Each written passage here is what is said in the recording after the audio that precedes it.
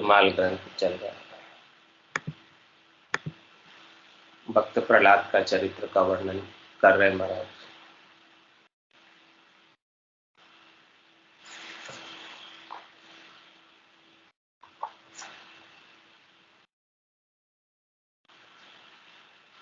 तजवेद पाठी कहे राम सोई, प्रहलाद लायो यो पाठ कोई।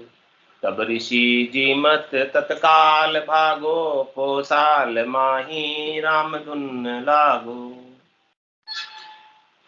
जब एक लड़का पाठशाला में से गुरुजी के पास चला गया था और उसने जाकर सारी बात बता दी कि पाठशाला में क्या हो रहा है। सभी जने वेद के पाठी को छोड़कर राम जी के नाम का सुमरन कर रहे हैं वहां पर।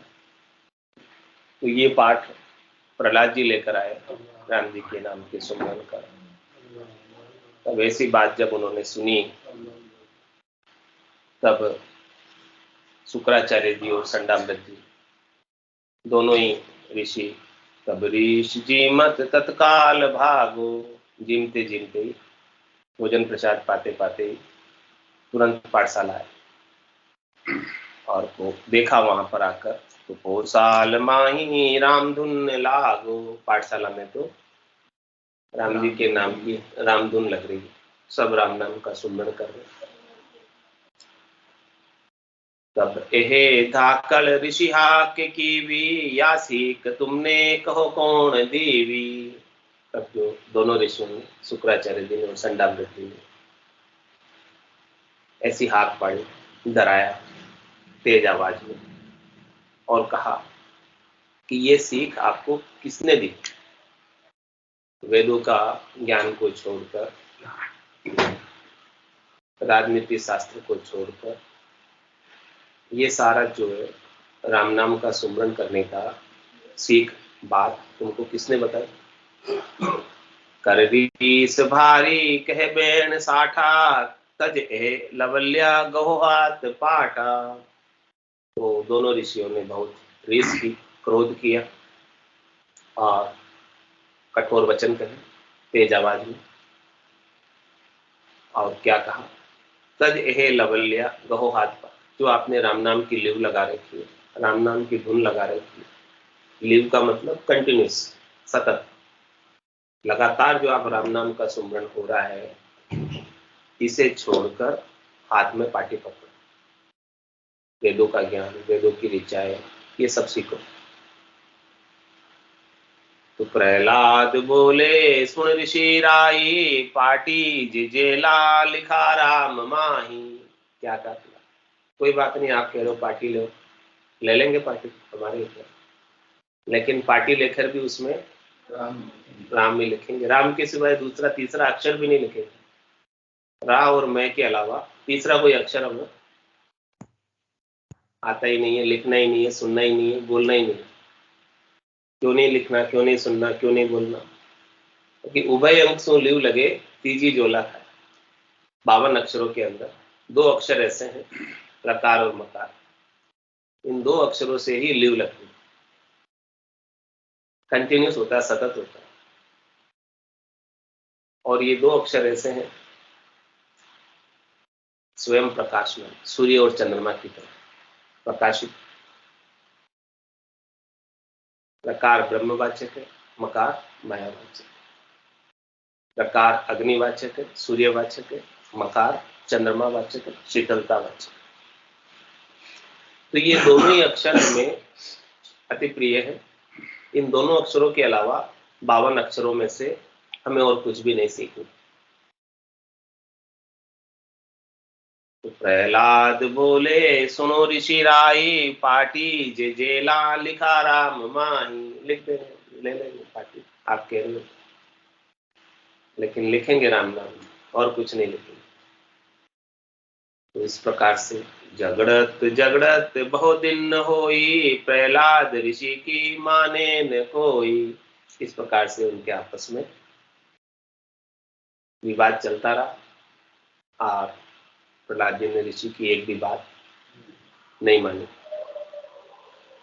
तब ऋषि के मन बहु जोश आया, विकराल बिड रूप धर देह काया।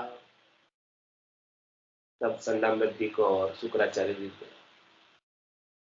जोश आया कि ये छोटा सा 5 साल का बालक और हम इतने बड़े, हमारी बात नहीं मानी। तो उन्होंने, वो तो दैत्यों के गुरु थे, राक्षसों के गुरु थे। तो दैत्य तो मायावी होते, राक्षस तो मायावी होते। तो वो माया से अपने शरीर को कैसा भी बना ले, उनमें वो सामर्थ्य होती है, शक्ति होती है, मायावी शक्तियां होती है उनके पास।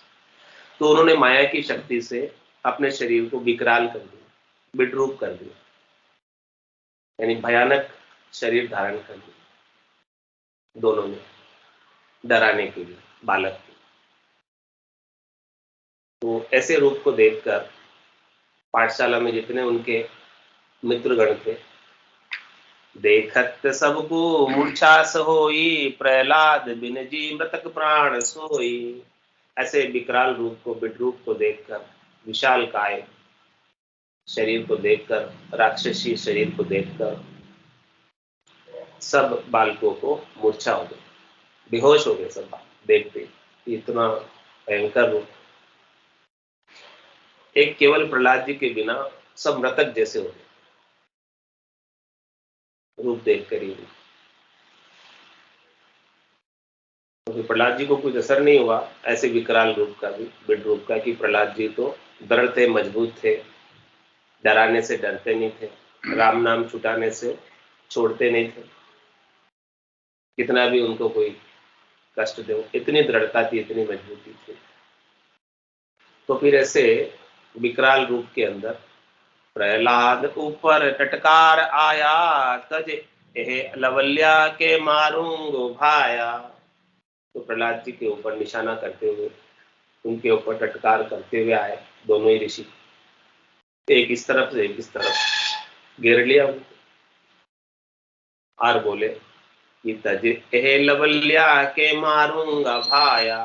तू ये लिव छोड़, राम नाम की जो लिव लगा रखी तुमने, इस लिव को छोड़, नहीं तो हाँ समाप्त कर दूंगा, इस दया से प्राण को अलग कर दूंगा।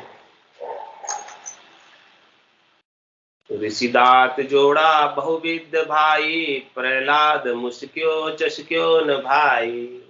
दोनों ऋषियों ने विकराल रूप में बहुत प्रकार से दांत पीसे उनके ऊपर, लेकिन प्रहलाद जी तो हिले न डुले, वो तो लिव लगाकर बैठे रहे, राम राम करते रहे, छोड़े ही नहीं।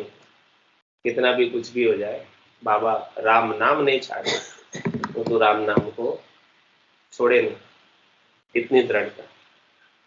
इतना विकराल रूप देखकर भी उनको कोई भय नहीं, डर नहीं, कुछ भी नहीं। उसके ऊपर इतना चिल्ला रहे, चीख रहे, दांत पीस रहे, डरा रहे, उनको डर है ही नहीं। ऐसे निर्भय भगत प्रहलाद। तो फिर विकराल रूप की भी चली नहीं उनके सामने। तो ऋषि राय उल्टा गर जाए बैठा, कहो कहाँ कीजे प्रहलाद सेठा। तो फिर लंच खाना वाना खा के आए थे, लंच करके आए थे, और फिर शाम तक ऐसा सारा कार्यक्रम चला। फिर शाम हो गई, तो ऋषि तो अपने घर जाकर बैठ गए कि ये प्रहलाद तो बहुत सेठा है, यानी बहुत मजबूत है, बहुत दृढ़ है। हाँ, वो तो हमारी बात को आरे नहीं कर रहा है, यानी मान नहीं रहा है, स्वीकार नहीं कर रहा है, हम जो कुछ भी कह रहे हैं किसी बात को सुन नहीं रहा हूं। पोसाल माही हुई दुन भारी, फिर ऋषि उठे कोपंग विचारी। और जब वापस घर आके बैठ गए तो पीछे से पाठशाला में फिर से धुन होने लगी राम नाम। तो फिर ऋषि वापस जो है कोप करने के विचार से उठे, क्रोध करने के विचार से वापस उठे, वापस बोले एक प्रयास और कर लेते। एक प्रयास तो हो गया, नहीं माना, दूसरा एक प्रयास और कर। तो दूसरे प्रयास में विकराल विकटंग अद्भुत होई, ऋषि राय पोसाल मावे न कोई। अब की बार जो है पहले से भी और बड़ा रूप धारण किया, इतना बड़ा रूप धारण किया कि पाठशाला में भी वो रूप नहीं मांगे। शरीर उनका जो है मायावी राक्षसी शरीर, वो पाठशाला से भी बड़ा शरीर धर लिया, तो पाठशाला में भी नहीं आया, उसके एरिया से भी बड़ा शरीर धर लिया। तो जो गांव के रामधुन को सुनकर नगर के नर नारी भी आ गए थे, तो वो उसके रूप को देखकर, देखत नर नार अड़बड़ पड़िया, गरजात पहले सुनताव चढ़िया, ऐसे रूप को देखकर सब इधर उधर होने लगे, गिर गए इधर उधर देखते ही बेहोश होकर। और घर जाने से पहले उनको तो ताव चढ़ गया, बुखार आ गई सबको रूप देखते ही। ऐसा है उन्होंने, दोनों ऋषियों ने ऐसा विकराल रूप धरा, ऐसा बिटरंग रूप धरा, ऐसा विशाल काय मायावी शरीर धरा। फिर प्रहलाद ऊपर ऋषियाण गुंजे, जो इंद्र गाजा त्यो आण जूंजे। फिर जो है वो दोनों ही बड़े, जो पाठशाला में निम आवे इतना बड़ा रूप से ऋषि प्रहलाद जी के ऊपर गर्जना करने लगे। किस प्रकार से गर्जना कर रहे? जैसे काले बादल आकर गर्जना करते हैं, बहुत बिजलियां कड़कती है तेज आवाज के साथ, ऐसे गर्जना करने लगे। लेकिन जन संत सूरो कंपे न कोई, कह ऋषि इम तम भोड़ास होई। तब वो भक्ति करने वाले जन, 5 साल के बालक प्रहलाद जी इतने सूरवीर थे, इतने मजबूत थे, इतने दृढ़ थे कि वो इतने सारे विकराल बड़े रूप को देखकर थोड़े से भी कंपायमान नहीं, कंपित भी नहीं, विचलित भी नहीं, थोड़े से भी। और क्या कहा ऋषि को? कह ऋषि इम तम भोड़ास होई, हे ऋषि आप तो बहुत भोले, आप मेरे को ऐसे मायावी रूपों से डराना चाहते हो? मैं तो उन भगवान की भक्ति करता हूं जो इस माया के पति है, उनके सामने आपकी माया क्या करेगी? आप भोले हो वो। क्या कहा प्रहलाद जी ने? मोशीश खावंद है सत्य रामा, को मार सके से कुण ऋषि कामा। मेरे सिर के ऊपर मेरे खावंद, मेरे पति स्वरूप परमात्मा राम जी का वरदस्त कृपा है। वो जिसके ऊपर राम जी की कृपा होती है उसको कौन मार सकता है? जहां पर कृपा राम की हुई तहां पर कृपा करे सब, उनको कौन मार सकता है? वो मार सके सकून ऋषि काम, कौन से ऋषि का काम है, कौन से ऋषि की चलती है? जिनके ऊपर राम जी की कृपा हो जाए तो किसी ऋषि की नहीं चलती। तो प्रहलाद को मत दृढ़ता सवारी, ऋषि राय चाले पचुलट हारी। ऐसी प्रहलाद जी के अंदर दृढ़ता थी, मजबूती थी राम जी के प्रति, नाम के प्रति, सुमरण के प्रति। तो ऋषि राय जो है, शुक्राचार्य जी, संडामृत जी, पछ हार कर घर चले गए। सेकंड प्रयास भी, सेकंड अटेम्प्ट भी उनका खाली, उससे भी वो नहीं डरे, नहीं माने। तो ऋषि सात बेलिया यू कोप किया, प्रहलाद को मन नेक ने बिया। कितनी बार प्रयास किया उन्होंने ऐसे? पहला प्रयास, दूसरा प्रयास, ऐसे ही वापस 7 बार प्रयास किया। ऋषि सात बेलिया यू कोप किया, 7 बार ऐसे डराने के प्रयास किए, लेकिन प्रहलाद को मन नेक ने बिया। प्रहलाद जी का मन थोड़ा सा भी नहीं डरा। तो पचजूंज ऋषि राय अब हार बैठा, मन सोच प्रहलाद है सेठा। अब सब प्रकार से प्रयास कर लेने के बाद ऋषि राय हार कर बैठ गए कि प्रहलाद तो इतना मजबूत है, इतना दृढ़, इतना सेठा है, इतना पक्का है कि हमारे से तो ये नहीं मानेगा। अभी ऋषियों जवाब कहे सुनाई, प्रहलाद भड़के कहूँ राज जाई। और फिर जब उनके प्रयास से नहीं माना तो ऋषियों ने उनको राजा का डर दिखाया, उसके पिता हिरण्यकश्यप का डर दिखाया कि भाई पढ़ तू या तो, और या फिर तुम्हारे पिता के पास जाके मैं शिकायत करूँ। नहीं मानता है तो प्रहलाद जी ने क्या कहा? प्रहलाद बोले तत्काल जाओ, तुम सु हुए सो कर वेग ल्याओ। बोले जाओ, फटाफट जाओ, तुरंत जाओ, हाँ, और आपसे जो है सो करो, लेकिन मैं तो राम नाम नहीं छोड़ू।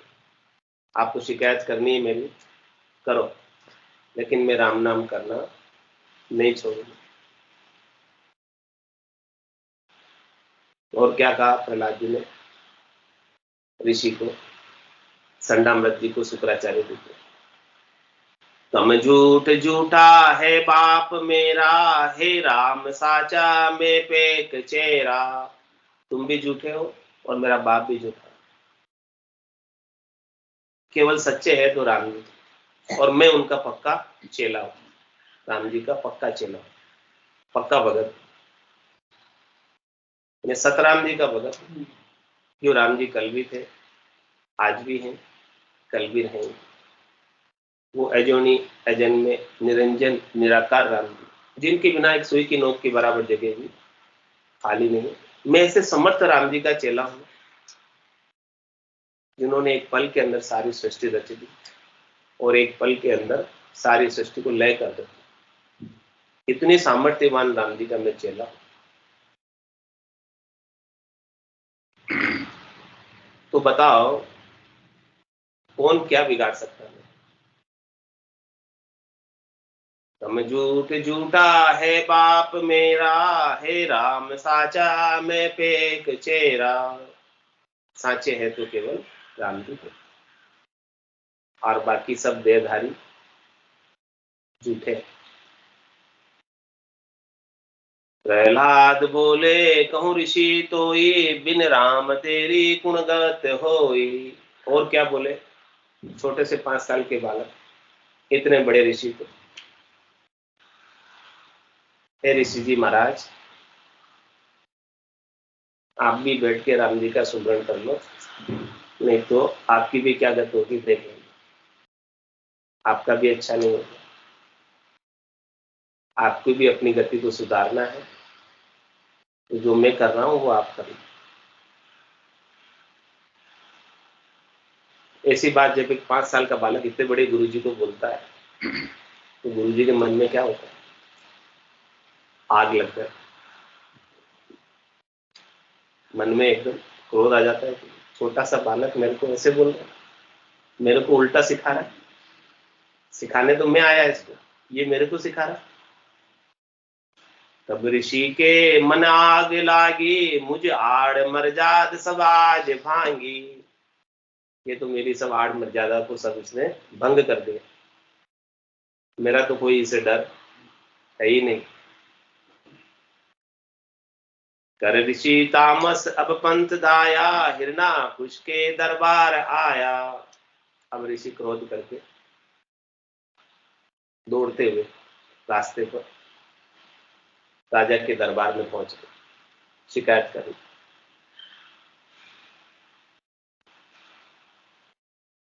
और जैसे ही राजा के दरबार में पहुंचे, तब उठे राजा सन्मुख होई, दिन दिन दिन भाग कहो टेल मोई।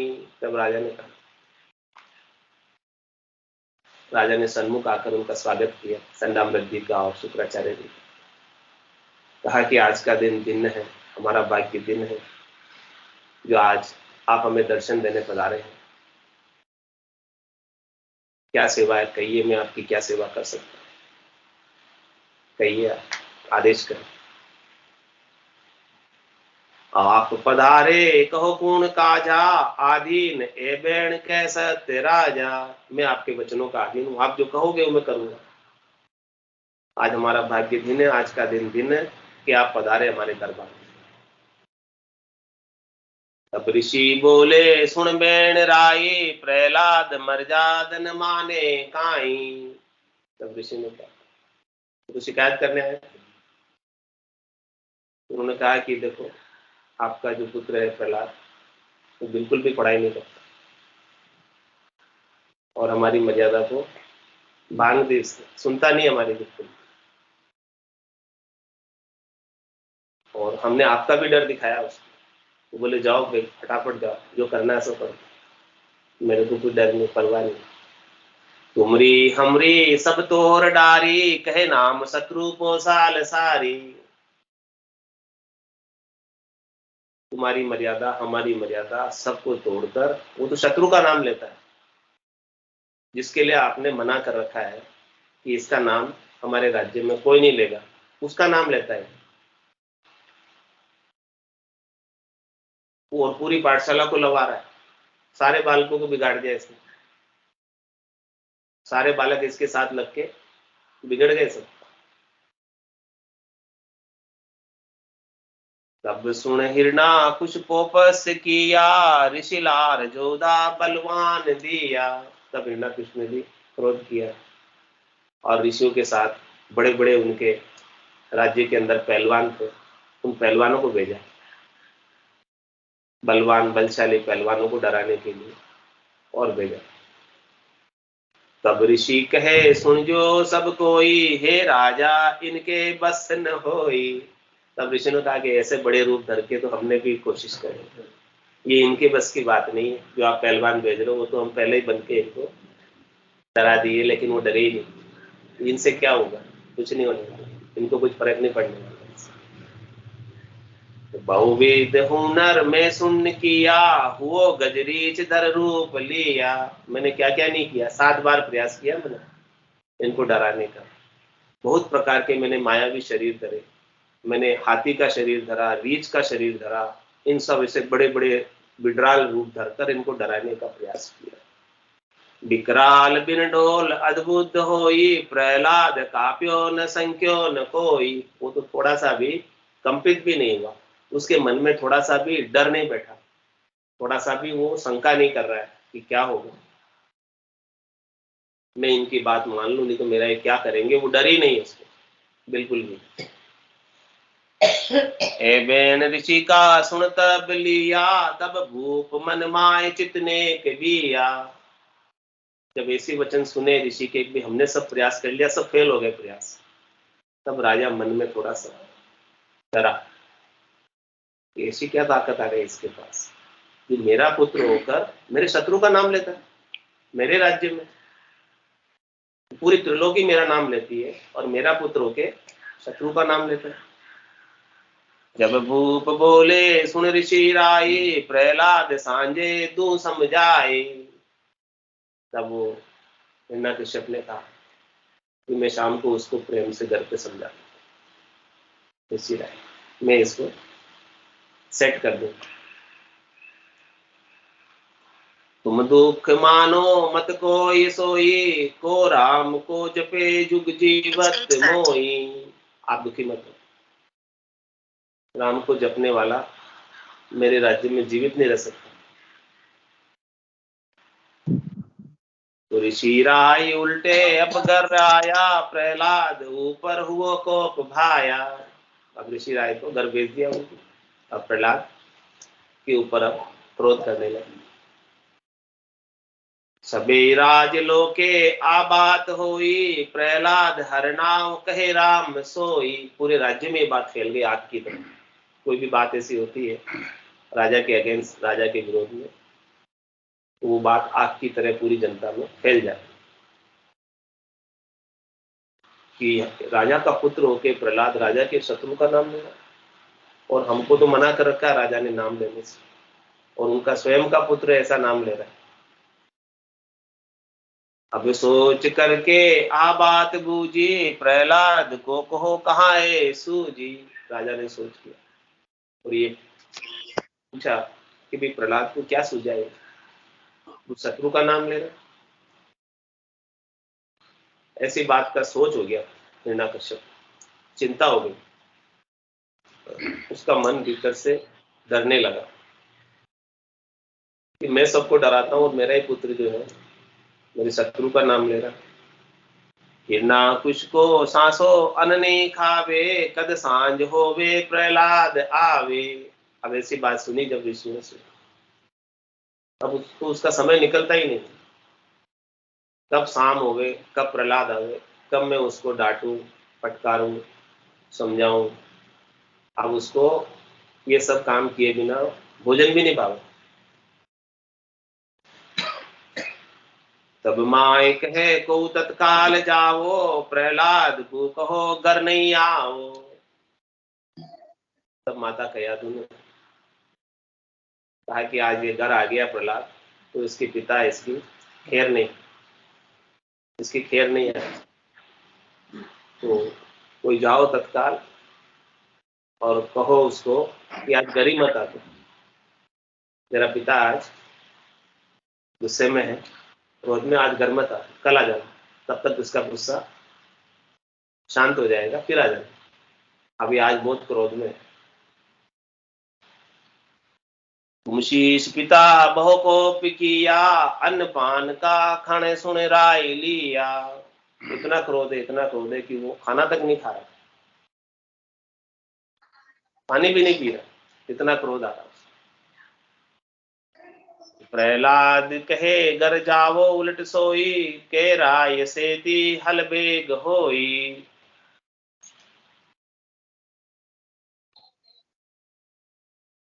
तो इस प्रकार के वचन प्रहलाद ने सुने कि भी कोई जाके कहो कि आदमी आवे, बहुत क्रोध कर रहा है। तो प्रहलाद ने कहा कहे घर जाओ उलट सोई, के राय सेती हल बेग होई।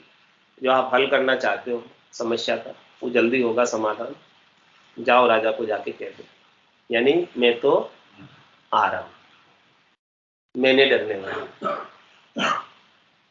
मेरे को बोले कि रुक जा वही बारी रहे मत आ, नहीं, लेकिन मैं तो समस्या का समाधान करने आऊंगा।